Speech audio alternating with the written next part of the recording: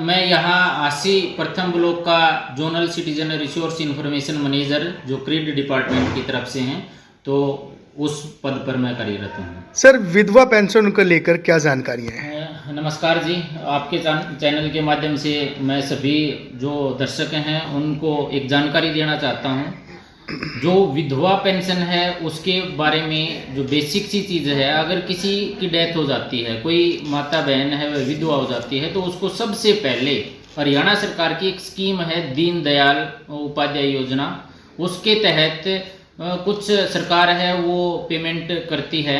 अगर जिसकी डेथ होती है उसकी उम्र 6 साल से 12 साल तक की है तो उसको दीनदयाल उपाध्याय योजना के तहत 1 लाख रुपए मिलते हैं। अगर 12 से 18 साल तक की उम्र है तो उसको 2 लाख रुपए मिलते हैं। 18 से 25 साल तक की उम्र है तो उसको 3 लाख रुपए मिलते हैं।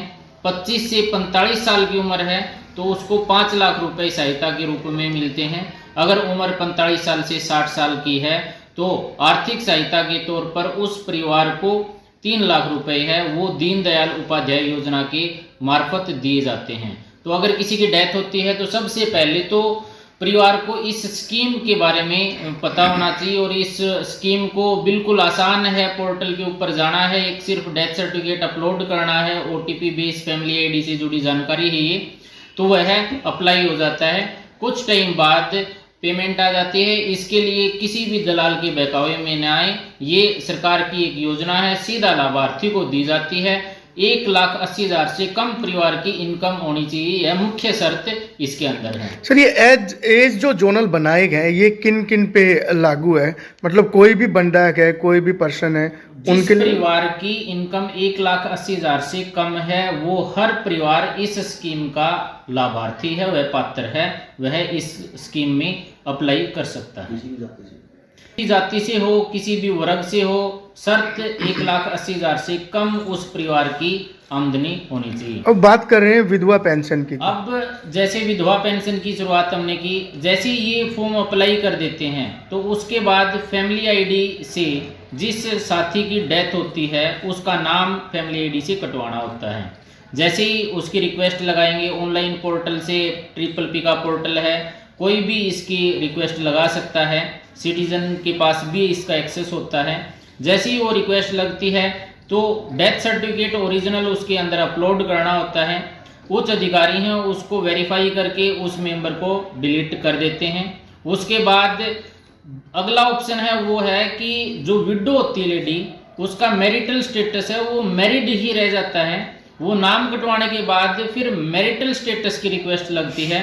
मैरिटल स्टेटस में उसका विडो करवाना होता है और एक उसको अपनी फैमिली आईडी से बैंक खाता है वह जुड़वाना होता है। तो इस प्रकार से मात्र 3 स्टेप हैं। फैमिली आईडी से कैंडिडेट का नाम डिलीट करवाना, मैरिटल स्टेटस जो लेडी विडो हुई है उसका मैरिटल स्टेटस अपडेट करवाना और फैमिली आईडी में बैंक अकाउंट वेरीफाई करवाना। जैसे ही ये स्टेप वेरीफाई हो जाते हैं तो विडो पेंशन एक प्रोएक्टिव स्कीम है।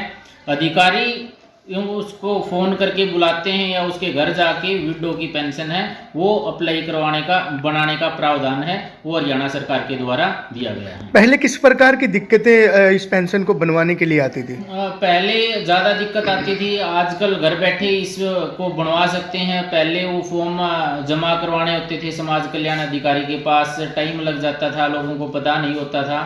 अब डायरेक्ट ऑनलाइन घर बैठे इन सुविधाओं का जो लाभ है वो उठाया जा सकता है। कोई भी सिटीजन ऑनलाइन पोर्टल पे PPP का जो पोर्टल है उसके ऊपर जा करके ये अपडेट कर सकता है और उसकी पेंशन है वह लागू हो जाती है। पेंशन में कोई बढ़ोतरी हुई है? पेंशन में अभी कोई बढ़ोतरी नहीं है। 3,000 रुपये जो महीना है वह विधवा पेंशन के रूप में दिए जा रहे हैं।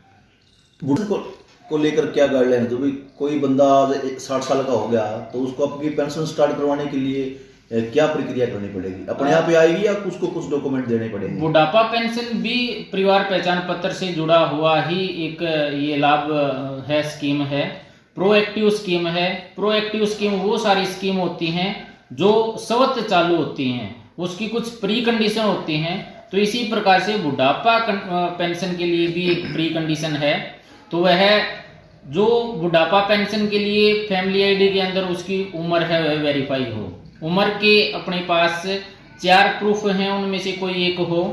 2019 से पहले का वोटर कार्ड जिसके अंदर उम्र 60 वर्ष हो चुकी हो, प्रार्थी की जन्म पत्री, प्रार्थी का स्कूल का 10वीं का सर्टिफिकेट या फिर किसी भी क्लास का सर्टिफिकेट है उसका पहली या दूसरी कक्षा का, तो उसके साथ एक विथड्रॉल रजिस्टर की कॉपी होती है, एक वो कॉपी। इन 4 उम्र के प्रूफ में से अगर कोई भी एक प्रूफ है तो वह उम्र का प्रूफ बुढ़ापा पेंशन के लिए मान्य है। इसके साथ जो बुढ़ापा पेंशन है उसमें ये समस्या काफ़ी देखने को मिलती है हमें, जो अब मैं बता रहा हूँ कि परिवार की आमदनी कितनी भी हो लेकिन जो हस्बैंड और वाइफ की आमदनी है वो बुढ़ापा पेंशन के लिए 3 लाख से अधिक नहीं होनी चाहिए। कई ऐसे परिवार होते हैं जिसका बेटा सर्विस में है, उसकी 8 लाख इनकम है, तो वो परेशान रहते हैं कि 8 लाख इनकम की वजह से हमारी कहीं पेंशन न कट जाए। तो ऐसा कुछ नहीं है, परिवार की आमदनी 8 लाख 10 लाख जितनी भी हो, लेकिन जो लाभार्थी है मतलब हस्बैंड वाइफ दोनों जो बूढ़ा और बूढ़ी हैं उनकी आमदनी 3 लाख से ऊपर नहीं होनी चाहिए। तो एक कंडीशन इनकम की हो गई है, एक एज वेरिफिकेशन की और एक अकाउंट वेरिफिकेशन की है। अकाउंट भी उसका फैमिली आईडी के अंदर वेरीफाई हो। अगर ये तीनों वेरीफाई हैं, प्री कंडीशन है ये तीनों, तो ऐसे में उसका प्रोएक्टिव की स्कीम के तहत स्वत नाम आएगा, उसको बुलाया जाएगा या उसके पास जाया जाएगा और उसकी पेंशन है वह बना दी जाती है। तो शहर और ग्रामीण सब जगह ये लागू होती है दीनदयाल उपाध्याय जो हाँ, ये हर जगह पूरे हरियाणा में हर प्रार्थी के लिए, हर परिवार के लिए इन स्कीमों का लाभ है वो एक समान रूप से है। Thank you sir.